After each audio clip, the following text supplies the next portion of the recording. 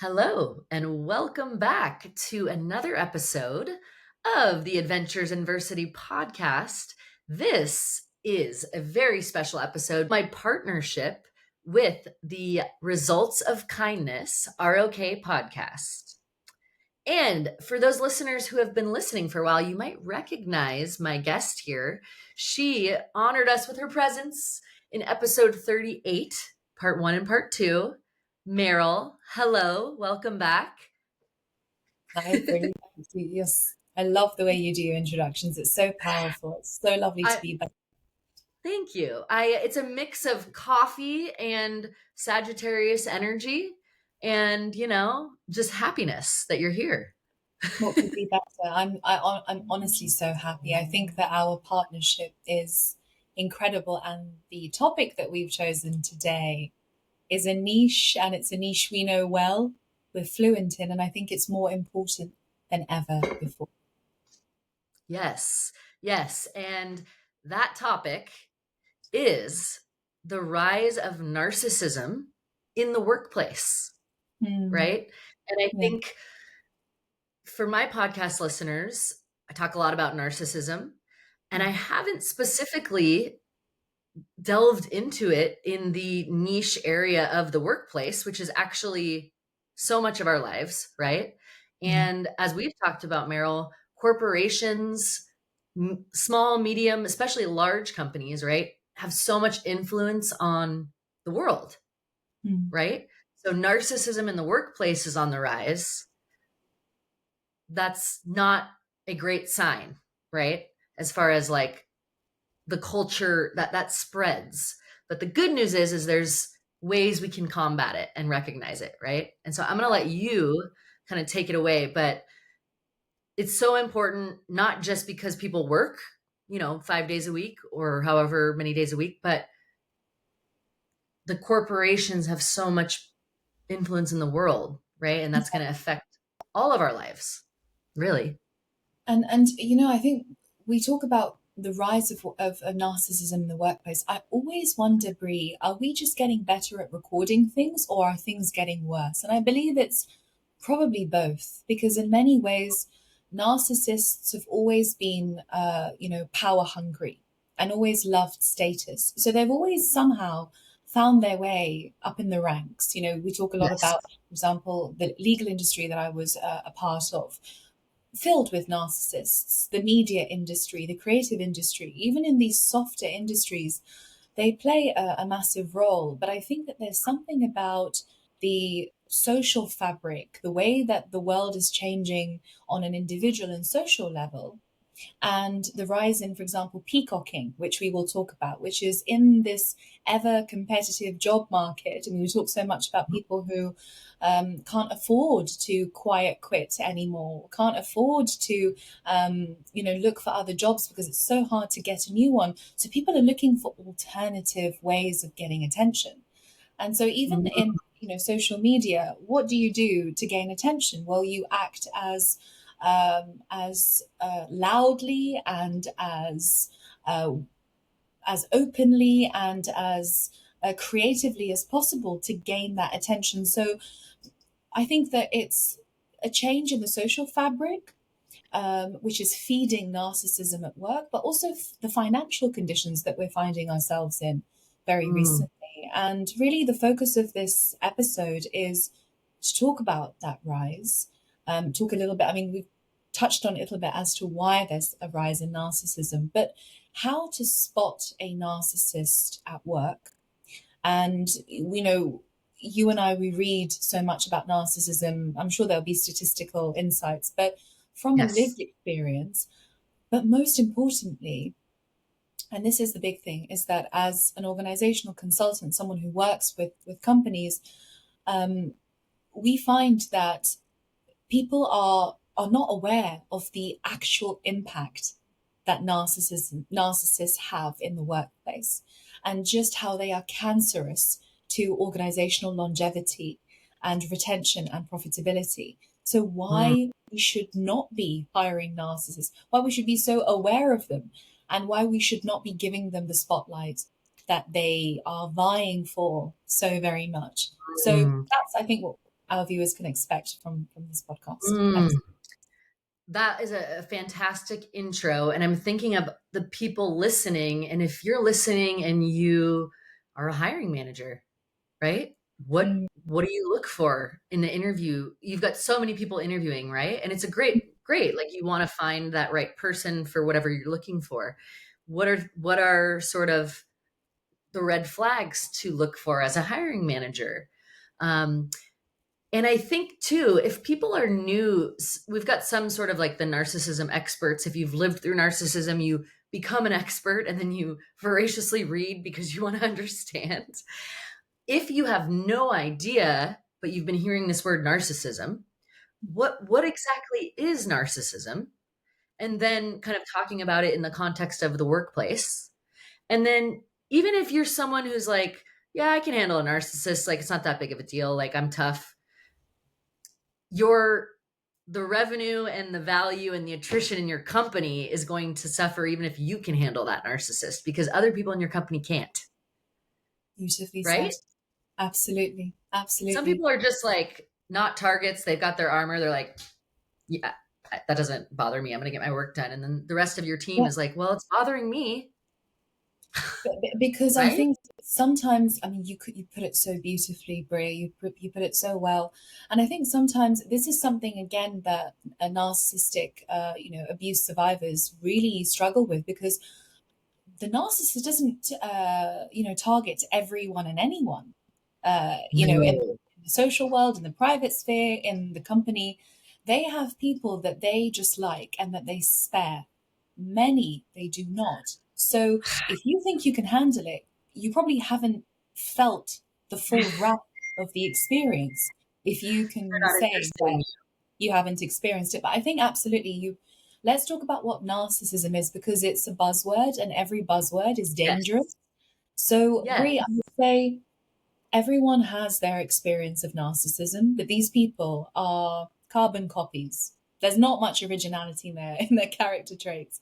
So, to you, I mean, if I was to ask you, what is a narcissist? Maybe two or three traits that characterize them.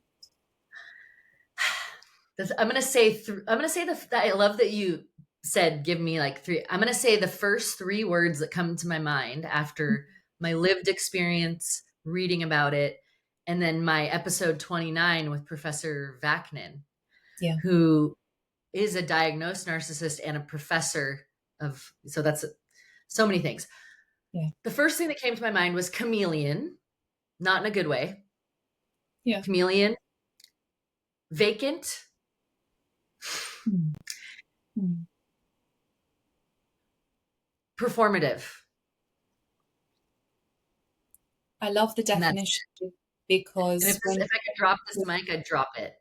yes, Just kidding. oh God, There's that so was many more, but those three, I'm like, if you see those three combos of chameleon, performative, and what was the other one?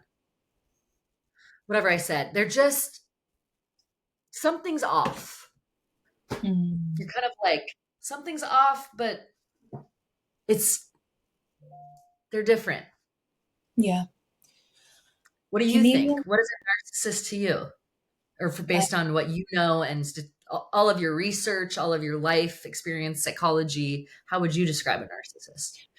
I think before I give my definition, I just want to say that maybe with intentionally, unintentionally, you broke down the three key traits that we see narcissists display themselves the most, that's most prominent in the workplace: the Well, vacancy, I know him the well. performance, and the chameleon. Because the thing is, the narcissist shows different shades of themselves depending on the context, right?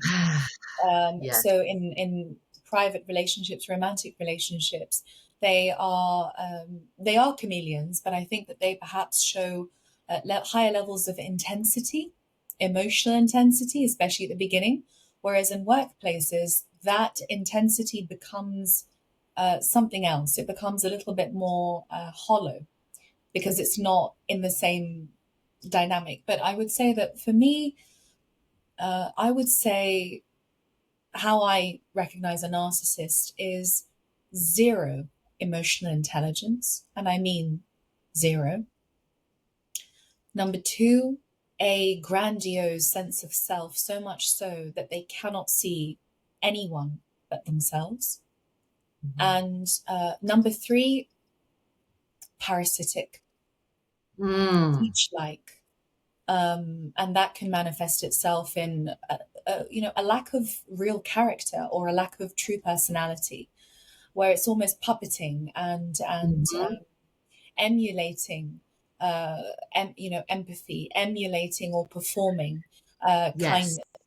And that's why they are drawn to these people of light, because they can use them as a prototype to perform, to get through doors, but with a strategy, with a malicious intent that sometimes, nice people, soft people who hold these traits may not be able to do so as well as they do. So that's how Mm. I would characterize a narcissist. Yeah. It's so interesting too because what can come off, and I'm putting in the context of the workplace, as a very confident, very like, wow, like this person is wow, they don't doubt themselves at all. But Yeah, then you start to see in the comments the way that they maintain that confidence is by keeping other people below. Like there's no, it's like a, like you said, parasitic. Like that confidence is as a result of extracting from other people. It's not a absolutely. real confidence because they're empty. Because Professor Vaknin had said narcissists have they have no ability to regulate their own emotions. So they Yes. use other people. If I'm feeling insecure and I'm a big VP and I'm, at Acme company, whatever, Mhm. and I'm not feeling it, but I know I got a big ton of meetings today. Mhm. My first meeting with my directs, I'm gonna extract some supply there. I'm gonna put Yes. down that. I'm gonna make sure everybody knows who's the big shit, who's in charge, so that I'm Mhm. ready to. Because I don't have confidence internally, I have to extract it. Wow. If I'm a narcissist, I think based on my learning, it's you. I use you to regulate myself. I don't know how to self regulate because I have no sense of self. I've again goosebumps because, and we Chill. had goosebumps when we were preparing for this episode as well. It happens very much with you, Brie. I have never seen supply described in that way. Hmm. I did not know that it's because that they cannot regulate their own emotions, although it's so clear. But that's the reason behind the supply. And so when you talk about confidence, and perhaps now we can announce that, yes, we are going to be talking about signs of narcissism in the workplace. You talk about confidence. The problem with this, and this is why they burn such a deep hole in organizational pockets, is because they peacock and perform competence and confidence. And the problem with that is that if there is any chink or Oh, any challenge to their yeah. perceived image, the entire foundation crumbles. And there is almost a punitive approach to feedback rather than a Yes. constructive one.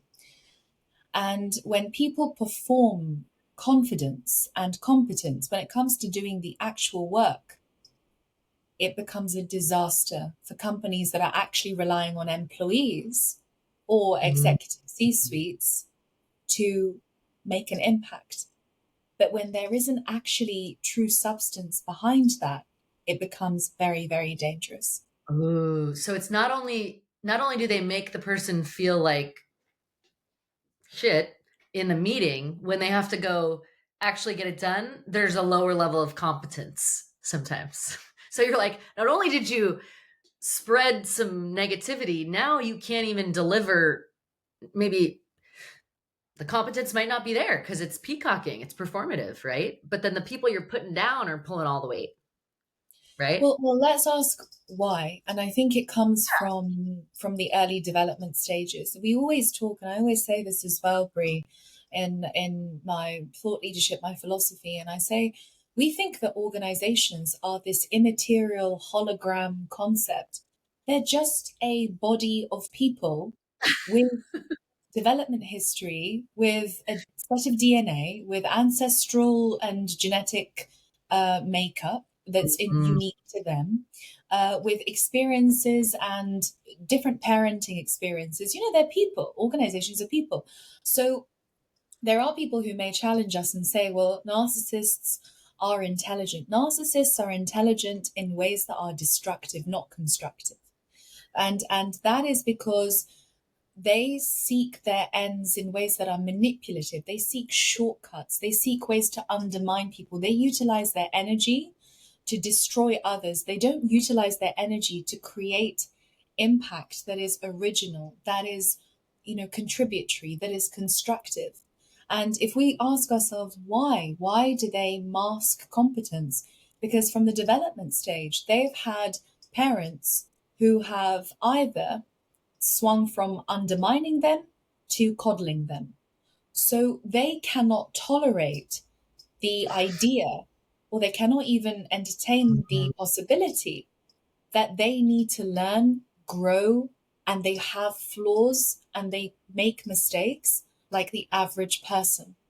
So when you come mm, into an organization, you are going to make mistakes. You're going to learn. You're going to have to bend to the organization's ethos, purpose, values. But they do not have the capacity to change. They don't believe that they need to learn more, grow more, think more. We say in Farsi, sort of bend at mm. the waist to life. There's a humility that is required in learning and taking on feedback. So it's almost like the glass self that I've created will shatter the moment that there is a need for feedback, or needing to work hard, or needing to um, accept that I may not know how to do the job and I have to learn. Because oh, when that was so well stated. Again, what Professor Vacton said, you're either usually put as the extreme golden child, you are flawless, which is a form of abuse. He Mm. said, he's like, people don't like to hear that. And when he said that, I was like, wait, it's abuse? I'm like, oh shit, wait, that is abuse, because no child can maintain that. Then the Yeah. other abuse, which is what Professor Vacton went through, where there was physical, mental abuse. So the polarity of either you were neglected, or you were obsessively doted on and like the golden child. Yes. Now, if those people rise to organizations, like you said, there's no middle.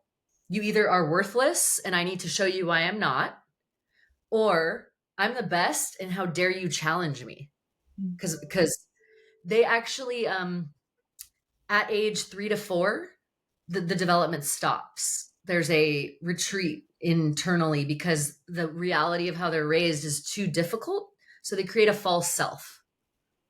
So Yes. anyone who challenges the false self is corrected by a mean comment, a power move, but one sign, if you're like, if you're in the audience and you're going, oh my gosh, Jenny and John and Joey and you're thinking of all the people you work with going, are they narcissists? Am I a narcissist?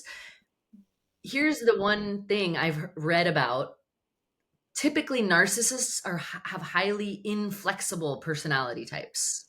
Have you? Yes.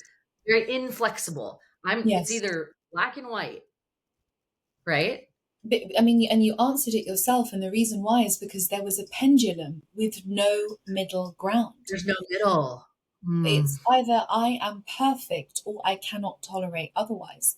And this inflexibility, when we think of, well, unfortunately, and this is again the world, and people say, well, why are narcissists successful? It's because we enable them, because many people do not have the capacity or the courage or the sight to be able to see that this is a narcissist and they're just playing the role of a confident, competent person. Yes. A lot of, Yes.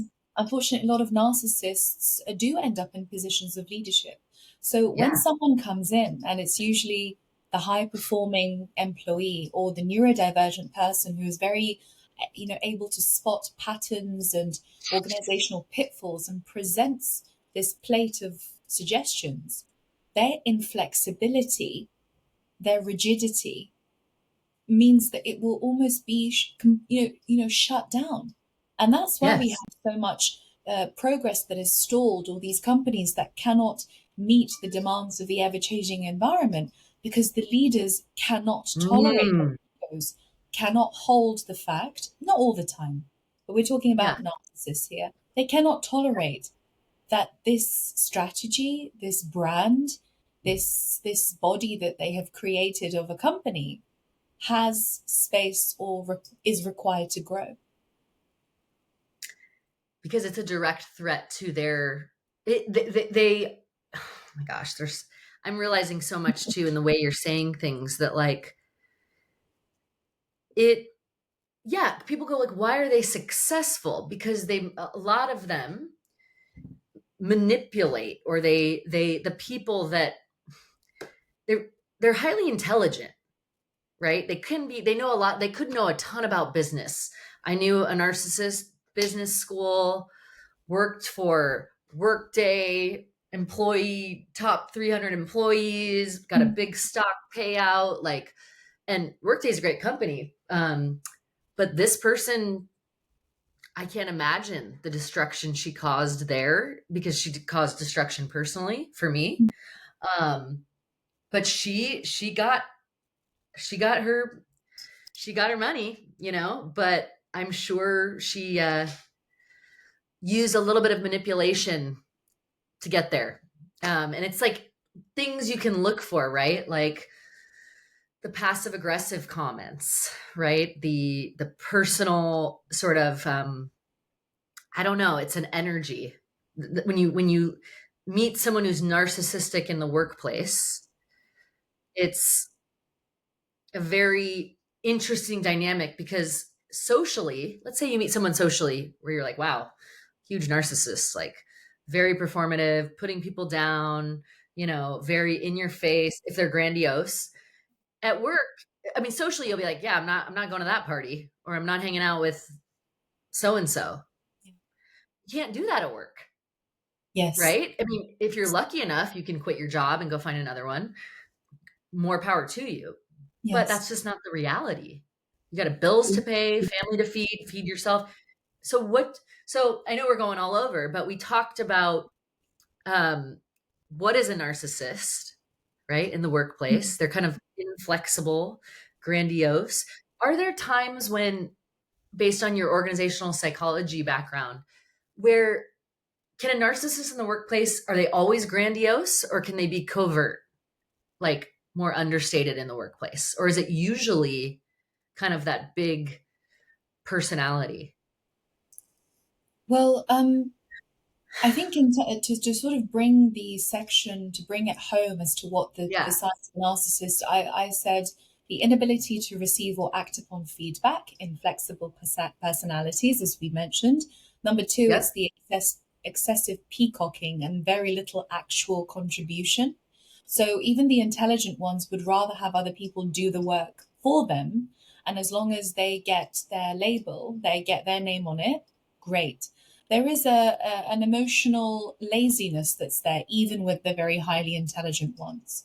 But I think the Mm, third one, which answers your question, just like we have covert narcissism and very overt, obvious narcissism, which is, I would say, less dangerous than the covert narcissism. In the same way, a sign of a covert narcissist, especially those who may not be so senior, where they have to hide their narcissism, or especially, I was going to say something, but I think that that might be a little bit generalizing, but we do see certain demographics that are more likely to be covert because there are social. So, okay, so I'll just say yes.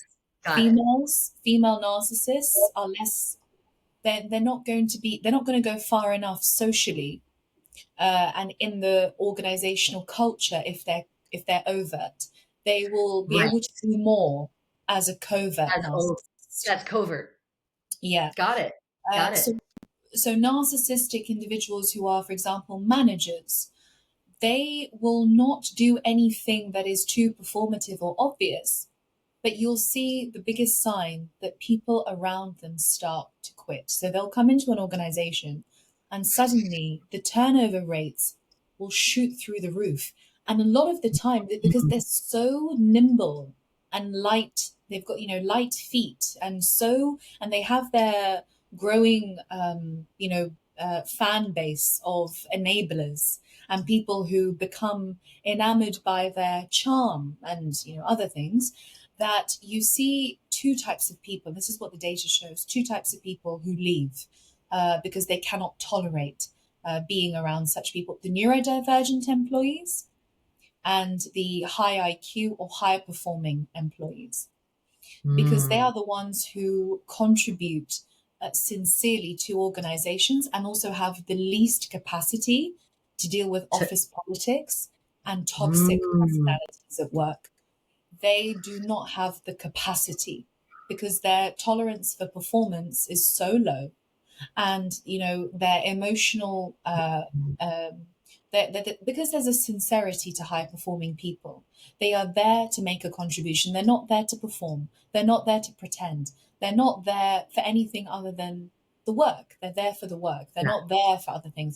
And neurodivergent individuals have very, very low capacity to navigate office politics. For me as a neurodivergent person in law, I'll confess Yeah. now, I left because I had to be in the law of the jungle. And at the same time, I had to, have enough brain cells left over to be able to do the job. I Yeah. couldn't. And tell me, So, if anyone out there isn't familiar with the term neurodivergent, how would you describe that? Just in case yes, they haven't heard. yes. So, anyone who has a learning, they call it learning disability. I would Yeah. call it an additional or different learning condition. And it can Yes. range from dyslexia to ADHD to Mm-hmm. autism. And Uh-huh. I am autistic.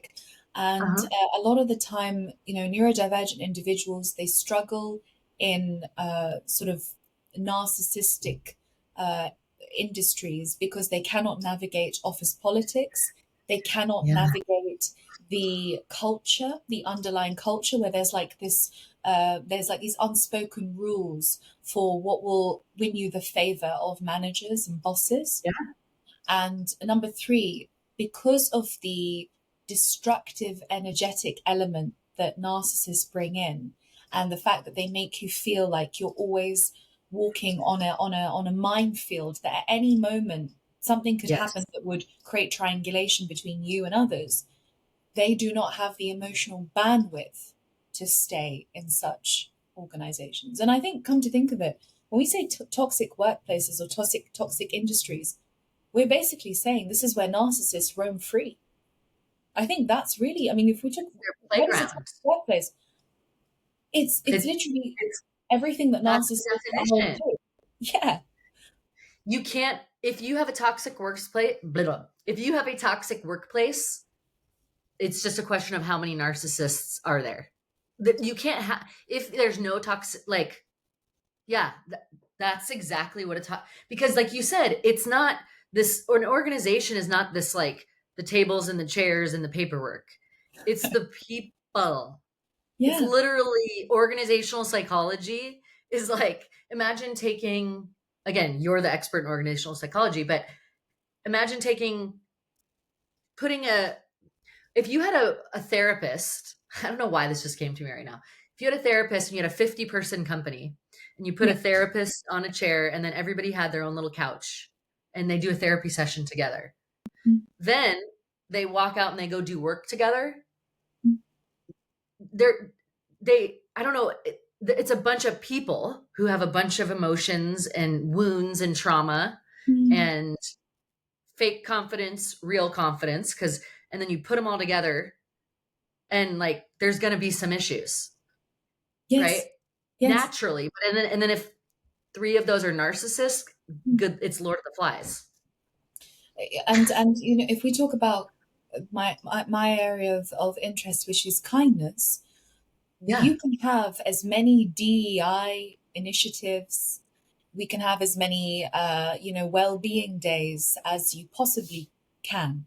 We can talk about how we are inclusive. We can have a values poster up on every wall saying that we are inclusive, we are this, we are that.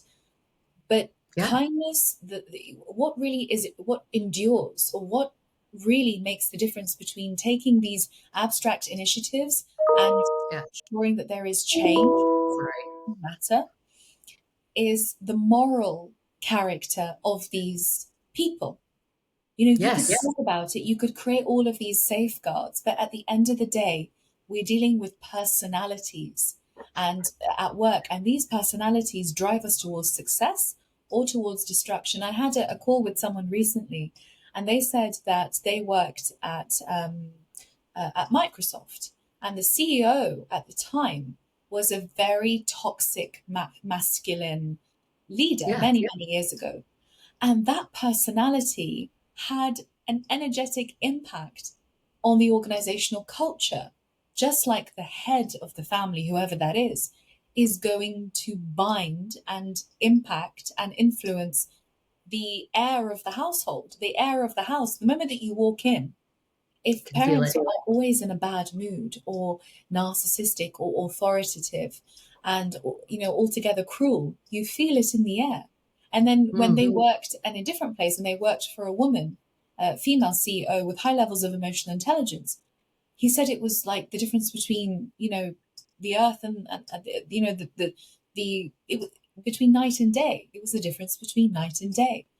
So we're really talking about a narcissism as a personality disorder. So again, it all makes sense. If you are bringing in these narcissistic energetic entities and you're surprised and shocked that they are sapping away at your energetic, the field of your organizational energy, the energetic field of your company, then it's a Yeah. no-brainer as to why and how. You'll see it in the energy of the meetings start to change. You'll see it in attrition. Mm. You'll see it, and then all of a sudden you'll see it in the actual numbers at some point, right? Yeah. Whatever industry you are, it doesn't matter the conditions of the industry or the amount of talent you have. You place a narcissist in that, oof, it's so bad. And I know because I've seen it many times in corporate. I've worked in corporate for 20 years now, Mm. and I work at ServiceNow. I'm wonderfully happy there. Um, in past companies, woo, narcissists. As peers, I've had narcissistic peers. I've had narcissistic bosses. I've had narcissistic like bosses. And So, even if I don't interact, yeah, like even if I don't interact with the narcissist that's 2 levels above mm. or 4 in the past, that trickles down, and there's like a fear it's a culture of fear, kind of fear, and like trying to decode what is that, what did that mean, you reading between the lines, because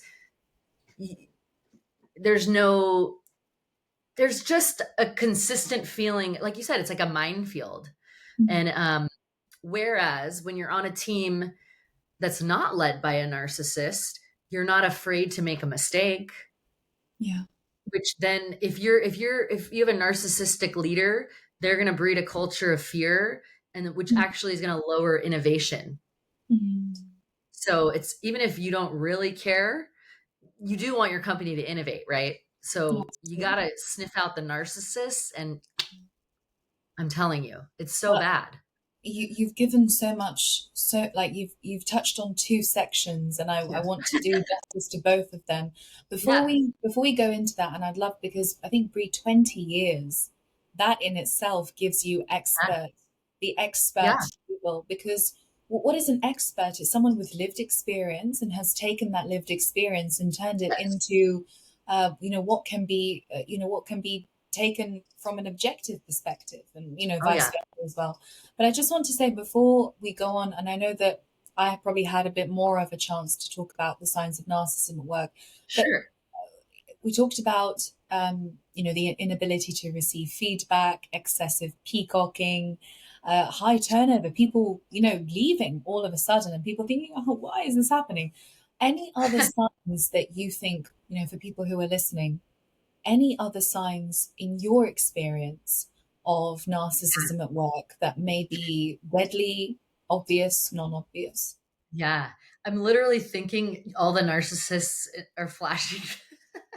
By the way, there's been a lot of amazing people in corporate as well. So Yes. before I go into the tales from that, the or the signs that I've seen, a lot of amazing people. I wouldn't be in corporate if I couldn't handle it. Of You course. just have to have the education and almost like the emotional intelligence to combat it. Once you do, it's fine. Once you know, you're like, um, Yeah. but another sign I would say would be like confusion. You're just like not sure because some days they're like, "Oh, good morning, Bree. Like I like your shirt. Oh, cool." And then you're like, "Do they like me? Yeah, they like me." And then the next, you're like in a meeting, you're like, what is this? What is this again? What guys, what are we even talking about here?" And you're Mm. like, "Oh, I feel stupid." Okay, but you like my shirt. Okay, I don't know. It's the confusion.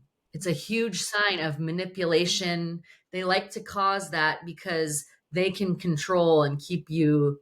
When you're confused, you're not confident. Yeah. So if you're confused with your manager all the time, it's not a good sign. That's actually really poor management. Not saying they're a narcissist, they might just be a bad manager. But if Yeah. they're like hot and cold with you and you're like, what? Like consistency. So confusion at work with leaders where they're doing little things to kind of like up self-esteem, down self-esteem. That's not normal.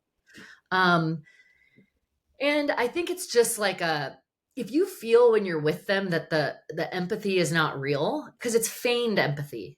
Mhm. They know how to mimic, they know how to look like they give a shit. But Yeah. if it's like they ask you a question, like I had a manager that was like, they would ask you a question and be like, "Oh, how are you? How is whatever?" And then halfway through, they're kind of like, you're like, you don't even actually give a shit. This Yeah. is all just performative. So, hey, how was your day? Oh, how's your? And they're not really that interested. They're just kind of like going through the motions. It's you gave such great points, and I want to return to the confusion because one of the things that I mean, if you ask people, why did you why did you, let's try again. If I you know what you're ask gonna say. people, why did you leave your 9 to 5? And they said that I was being driven to the point of insanity because I had lost all self trust. And that's one of the most crippling impacts, the most crippling damaging impacts of, for example, micromanagement. That's obviously something else. But Yeah.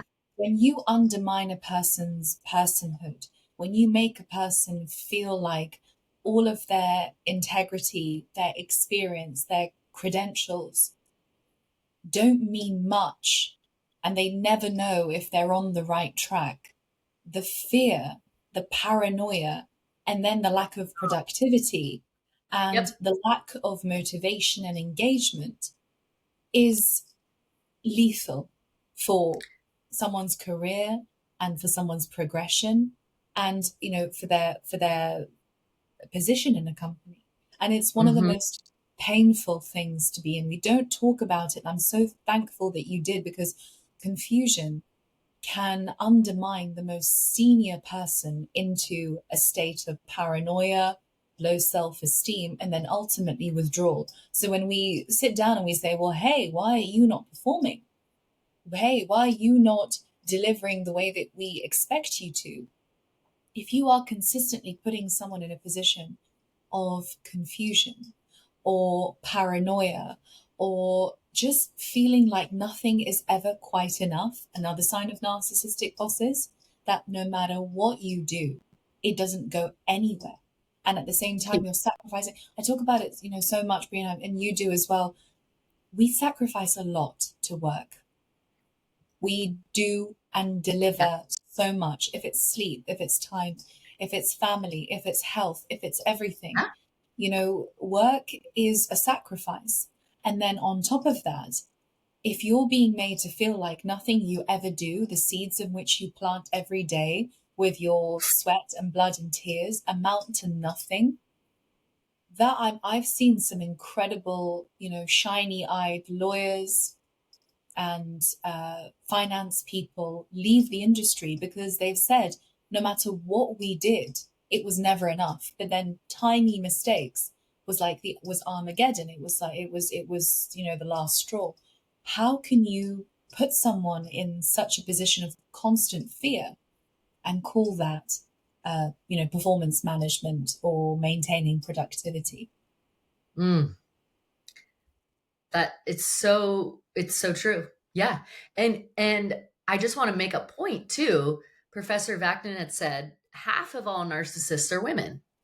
So I know sometimes men get the bad rap, but I just want to say, and I don't know, maybe it's different organizationally, but I will say in if you look at the whole population, Yeah. he had said half of them are women. And again, I'm very like women's empowerment, but I just got to be real that if I think of my 20-year career, there are 4 people that come up. No, 5. Let's see. I'm not going to name their names. I'm going to name them in my head.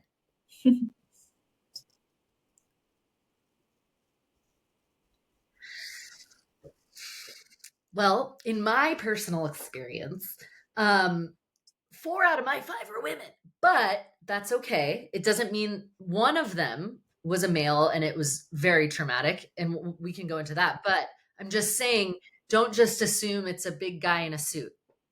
It could be anybody. It could be someone who's entry level. It doesn't like, it's not just the big VP or the CEO. It could be the account executive or the new HR person or the new, you could be the lowest on the totem pole and be a narcissist and quickly make an impact in an organization negatively. Yeah, You know what I mean? So absolutely. just Absolutely. male, female, it could be anywhere in the org chart as far as my lived experience. So, Well, I applaud you so much for saying that, yeah. because what's happened with the women's empowerment movement, and I hope this isn't too political, but I No, think, I mean, I'm just keeping it real, what I yeah, think. Yeah. I think what it's done is it's almost put women in a position of being perceived as infallible and can do no wrong. Yeah. And so when people Yes. do complain, Brie, that I had a a narcissistic female boss, people are like, no, no, no, you didn't. That's just not Like, possible. yes, I did. You're like, don't gaslight me. I did. Absolutely. And this isn't a a male thing, but I think that No. they talk about, for example, female rage. If you think about it, socially, women cannot show, overt levels of anger or influence or manipulation Yeah. that's very outward. It has to be, ripple. And I would say that at times that can be more lethal and more impactful than what is overt, because covert is a slow burn. And a lot of the time it's Ooh, closeted and slow protected burn. by labels and social norms. And the fact that a lot of the time, covert narcissistic abuse, a lot of people who are the victims of it, they cannot even express exactly what happened to them. It's that subtle. It's that much of an underbelly of impact. And it's this rumble Yes. that you cannot see. It's like earthquakes that happen below the Earth's surface. If we were to open up the Earth, we'd see that there is searing impact. We just don't see it on the surface. So I think it's a very important point to make, that there are female narcissists, and female, abuse from females at work does exist. And unfortunately for me, I have seen, my experience is also the same. I've had more female narcissists that I've experienced in my career than male Yeah. narcissists. And the way Yeah. that and perhaps we can now talk about They're covert. our They're experiences. covert. For me, Yeah. it came from, unfortunately, um, people who shared my background, and it was almost like, well, how dare you be better than what we expect of you. And if I suffered, then you also ought to suffer. You should pay your dues as well as a woman of color. And Mm, you are not allowed. There is this, if you are brilliant or if you're high performing, I cannot have that under the same organizational roof. And that was very, very painful. But at the same time, I know that many people of color cannot talk about that because we're supposed to be campaigning about, the fact that we do experience racism, but how it's so hard to say, it's so hard to feel, listen to when we're saying that actually it's come from people from our own communities, from our own ethnic right. backgrounds, from Yep. women. You know, Totally. is that Yeah. helpful for the female cause? And I'm sorry that it's not, but it is the reality and we have to be aware. And like you said, it's not the big guy, it can be your colleague. And if anything, colleague to colleague abuse can be far more Hmm. than Totally. busting you see every 3 weeks or, every month. Totally. And actually, I think I've had what's funny is I look back, there's 5 narcissists in 20 years. Not bad, right? One every 4 years. not, Did the not quick math there. Um, and I left one company because of an incident with the CEO being Yeah. thrown off stage during a rehearsal, like being belittled by a UK software billionaire guy. It was I went into the bathroom, cried, called my parents. I was 24 and I was like in a hotel in Miami and I'm like, I have to get out of here. I was coming back out and then the legal counsel was waiting outside. He's like, you doing okay? I'm like, yeah, I'm good. Thanks. And I quit the next week without any money. I just quit. I was in San Francisco and I was like, help. Ah. So not the wisest decision, but I was like kind of mentally broken and humiliated. So I Yeah. quit.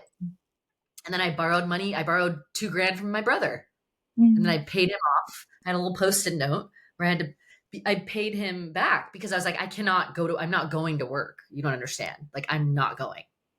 It Like, I just quit. goes to show, Brie, and I'm sorry Yeah. that humiliation Whoa.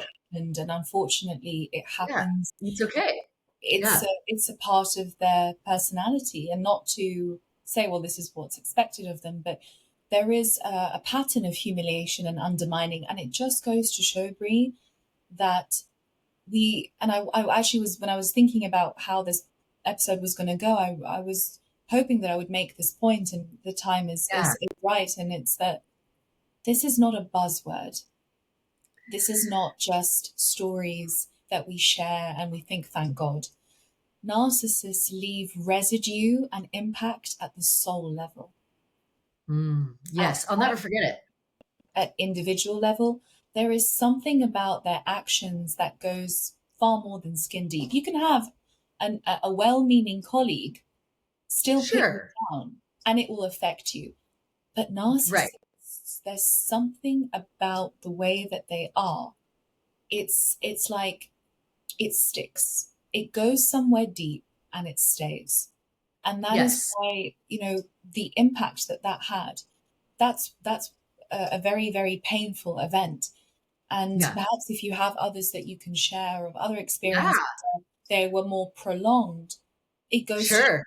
that, you know, this is Yes. real deep impact. I love that you said that because basically that was like an incident.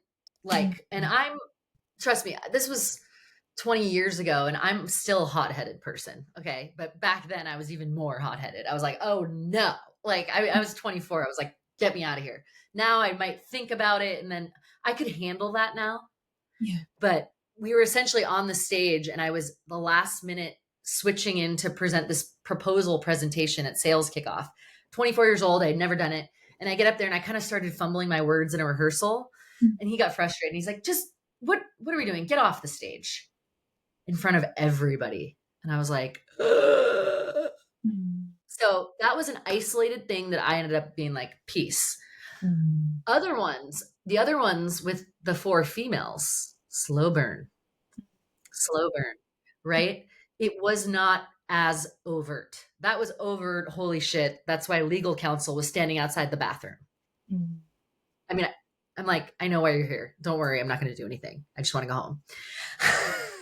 In my mind, I'm like, I'm not going to do anything. He's just really mean. Now I'm like, narcissist. Yes. But the other ones, one was two were peers. Yeah. Peer to peer. Literally no authority over me. Nothing. Couldn't control anything about me. They controlled my psyche because of the backdoor comments and the on meetings, or you get it's like, when something's off or somebody is like questioning you in a way where you're like, it's an energy. One of them would make backdoor comments where I wasn't quite sure how to take it. Confusion. Yes. Confusion. Yes. And then the next time, oh, I love your hair. And I'm like, or like, oh, that was awesome. And then just little things like you're just always questioning because it's not consistent. And then you sense sort of the competition, right? We were in our 20s and 30s, but like my personality, I know women were all like, empowered. I think there's room for everybody. And I think it actually you kind of look like an idiot when you aren't a team player. I like being a team player. I enjoy it. It comes naturally to me. But these two teammates, I could tell it was hard for them to like feel joy for other people. It Yes. wasn't a genuine, it's not like, oh my gosh, that's awesome. When you hear it's, oh, cool. That's cool. Yeah. It's a little bit of, so those two, the other one was above me, and she acted differently with us. And then when a higher level person's in the room, if they change their behavior, red alert. You actually should act the same at work, no matter if you're talking to the janitor or the CEO. I mean, Yes. that's how I judge people. How do Yeah. you treat, how are you talking to the IT guy versus the VP? It should be the same. Yes. Yes. Absolutely. Narcissists, I think, adjust how they act based on who they're talking to and what they can get. My peers couldn't really get anything from me. So they didn't really feel the need to like butter me up because Yeah. I was competition. Right. Right. Yeah. Whereas I'm like, I meet another female that's my age and I'm like, dude, let's go kill it together. Like, why would I be adversarial? I think when you are so hollow from within, and life is, Yeah. I'll say this, I'll go so far as to say that narcissism is a deviation from basic humanity. These people had to split their souls in Oh, order you're to right. survive the circumstances that they're in. So You're they right. are permanently on survival mode. And I think that when you are in survival mode, you have Mm. to be as strategic as you can with your energy, with your time, with your resources. So if we look into the mind and the psyche of a narcissist, they are so hollow and limited from within that they almost do not even have the capacity or the bandwidth to be able to deal with everyone on an equal playing field. That their desire, their desperation to reach somewhere means that they can, that they have sort of like an allotted strategy for some windows of experience or interaction and not with others. And I think, it's so funny actually, and not none at all to undermine the severity of what you've gone through. No. But at the same time, how many stories do we hear of this almost being normalized in organizations, where it's almost like, Oh, well, this yeah. is the creative industry, this is the film industry, it's going to be like that. Corporate. It's Corporate. yeah. It's normal. It's part of Yeah. all the dreaded thing. It's part of life. Right. I hear that a lot. Like, in the entrepreneurial journey, you get 100,000 no's and you may get two or three yeses. That doesn't mean that you can still deal with people without integrity, without humanity, without Totally. kindness, without following through on promises. I want to ask Brie, you've talked about how they were. I want to ask you the impact that these people had on you so that listeners can understand, or leaders who are listening in and thinking, this is just a new buzzword. We're all a little bit narcissistic. Why should we focus? Why should we be campaigning, as you and I are, we're beginning the campaign, against hiring, retaining, and rewarding narcissists? We want to know from your lived experience the impact that these people had on you, and if you noticed in the company as well with others. Yeah. Well, if you're a leader and you're listening and you're trying to build a high performance team, I left all those companies. And again, no, I was going to feel like bad about saying this, but now I'm in my confident journey. I can confidently say with self love that I am a high performing employee. And see, that feels good. It took me a while to say that, but I left. I was like, peace. And guess what? I told everybody about it. I Yeah. was like, don't work for that company. Don't do that. That sucks. Don't work for that company. That person is horrible. Awful. They did nothing. I didn't go on Glassdoor and write, but people do.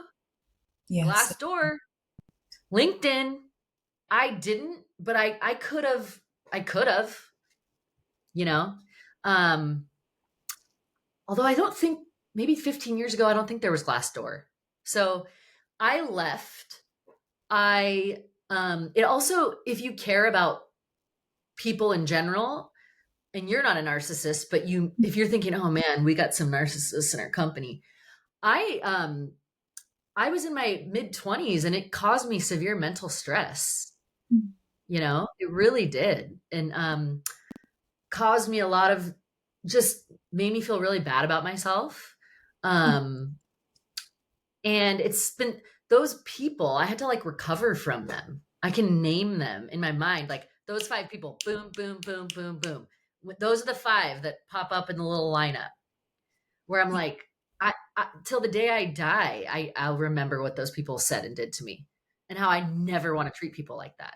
So now it's empowered me, but whereas if I see that, oh, good luck being a narcissist in front of me in a meeting. Good luck, because I will take over and shield the non-narcissist educated people, and I will literally shut it down.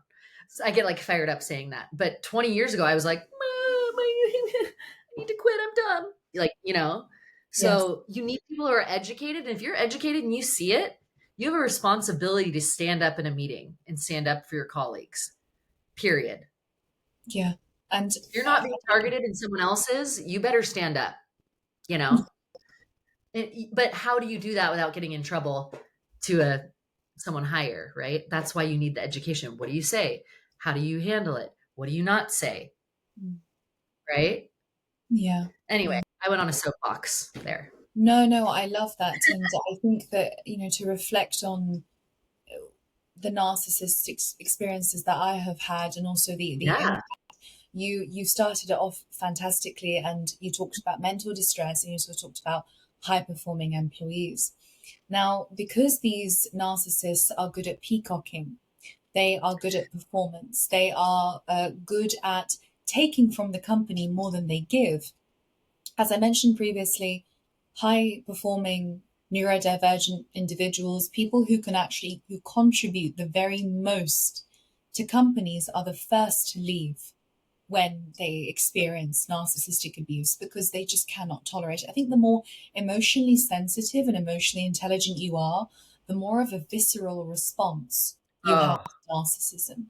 oh And yeah. it's almost like the moment they come in, it's the moment that we come out. And so, if I'm to reflect on my own experiences, I have been lucky not to have, I haven't had narcissistic bosses, but I have had narcissistic managers, like mid managers, Yeah. and colleagues. And I remember this one individual, and I remember this person came in several months after I joined, and at that time I had established, a good rapport with my colleagues, with managers, with the C-suites. And this person was clearly very challenged by my contributions.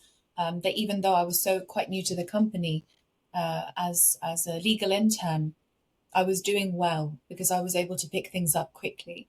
And so they had Yeah. decided essentially that they would micromanage me, that they would become another manager for me, and that anything that I did would be translated into an opportunity to, report that to a manager. So let's say it could have been maybe I was 2 minutes late back from my lunch. That would be translated, or that would be she was 20 minutes late, or I would be reported as slacking off.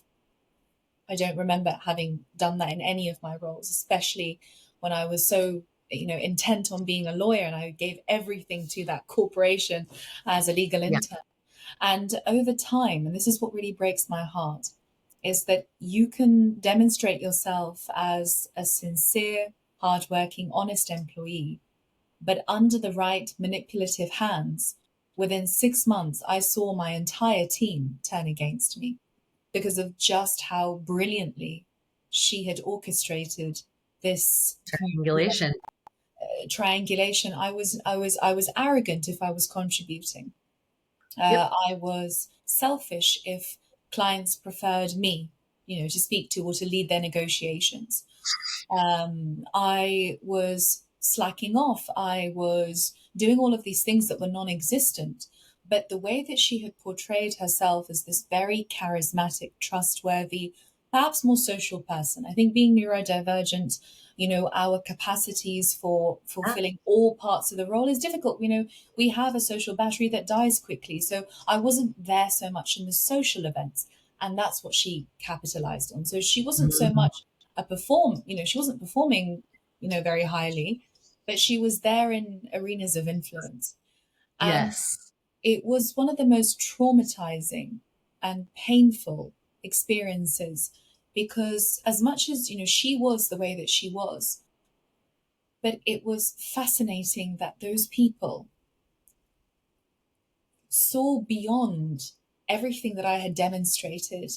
And at the end, they were almost part of the mission or the project to have me leave. So when they don't want you to be there, they make you leave. They don't fire you. They don't create these allegations. Push you out. Yeah, They that make and it miserable. that's what happened.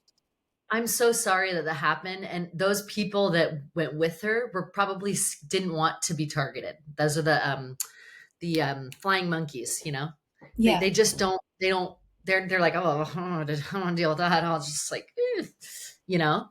and I think if we give the impact of that, if you are bringing in and feeding narcissists, who's going to do the work?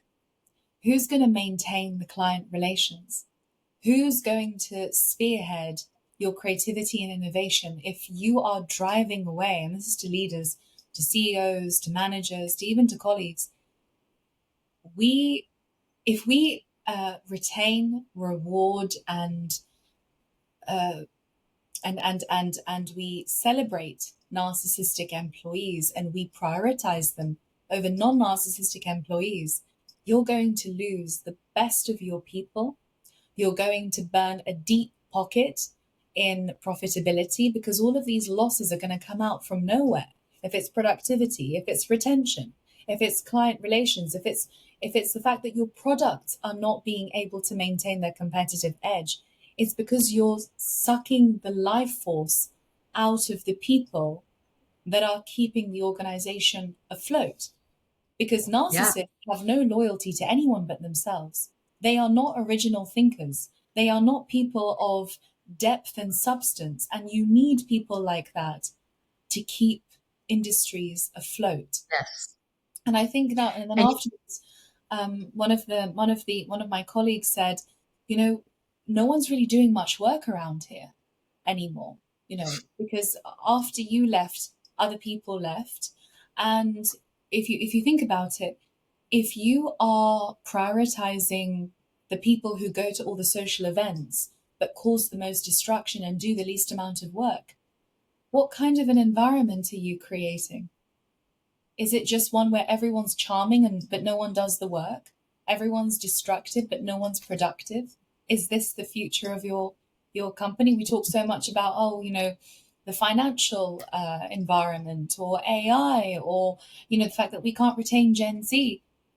Look at the hidden cost and the devastating cost of keeping these charismatic, performative chameleons at the heart of organizations. Look at that cost. And then come and talk about we don't have a budget, we're struggling. Think of who you are prioritizing and feeding and who you are punishing. It was like how to recognize narcissism in the workplace, but it's almost like how narcissism in the workplace is literally parasitic to like all the value and the results. Yes. Customer satisfaction, employee satisfaction, retention, profitability, culture, Glassdoor reviews, LinkedIn. It's literally, I would venture to guess that the lower, excuse me, Bless you. The lower the incident of narcissism in a company, if you were able to kind of measure it and identify it, Mhm. with a good product, obviously, it's so obvious to me. And I think the mission of results of kindness, right, is to show the results of kindness in the workplace Yes. and not the result. And you're going to like this one. We're showing the results of narcissism. In the work. They're not good. Let's put next to the results of kindness in an org and the results of narcissism. Mm. Which company you're going to work for? Because I'm working for the one that is here. Yes. Because I've already worked for the ones where the narcissists roam free. Yes. And people are educating themselves more and more. So if you're a leader too, they're not going to put up with it like long term. People will bounce. I would say I totally agree with you. And I think you mentioned about the impact of the importance of education.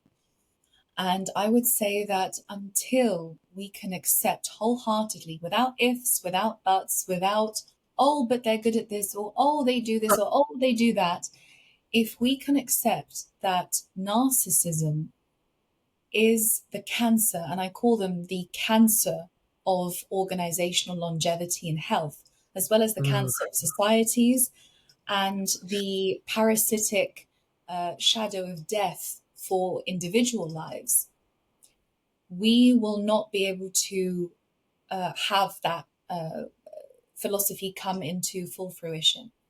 Because we Mm. have to understand that this is not to be taken lightheartedly. This is not No. to, women trauma dumping. This is a proven cancerous, dangerous personality disorder that creates havoc and devastation and triangulation wherever it goes. Yes, there are, for example, Mm. healthy narcissism, if you can call it that. So if I give a very small example, I Yeah. have a fear of being seen. I didn't even know, Brie, that I had that until I came Oh. onto my entrepreneurial journey. Huge fear. And I found out that it's ancestral. So, my aunt, my father, my mother, interestingly, they all have a fear of being seen. They don't want to be, they're all hard workers. But in terms of claiming the spotlight when it's necessary to voice a message, they run in the opposite direction. So Mm. sometimes you have to almost take inspiration from narcissists and say, well, actually, you need a little bit of narcissism to be able to Yes. bring you into the spotlight and say, well, my voice is important. It's not the only voice Yes. that's important, but we need a little bit of that. Now, that's very Yes. different from what we're talking about. And so, That's what Professor Vacton said. There's a healthy to survive and stay alive, you have to have you have to be on the healthy scale of narcissism where you Mm. care about yourself, Yes. but And not, then it gets malignant. It goes, he wrote a book called Malignant Narcissism. You said it's the that's what we're cancer. talking about. It Yeah. it it goes when it goes awry, right? Yeah. Yeah. And I think, you know what, again, because this is very much related to the philosophy that I talk about through results of kindness, is self-regard and self-promotion always healthy narcissism, or is it an elevated self-love that comes out from the other side of the spiritual journey? Should we get rid of the idea of healthy narcissism? Because Yeah. it doesn't really quite make sense. You can love yourself, you can give yourself food and water and calm, and you don't have to undermine anyone's rights No, in the you're right. process. It's nothing to So do maybe with you. let's, This is yeah. maybe that it's almost like the scale goes from like like building self-love and confidence, and then it Mm. turns dark. It Yes. just turns dark when a parent or when you're either made the golden child or you're like you're neglected, and then they're like, screw it, this reality is too hard to live in. I'm just going to create a fictional self that is untouchable, and anyone who tries to challenge it will pay the consequences.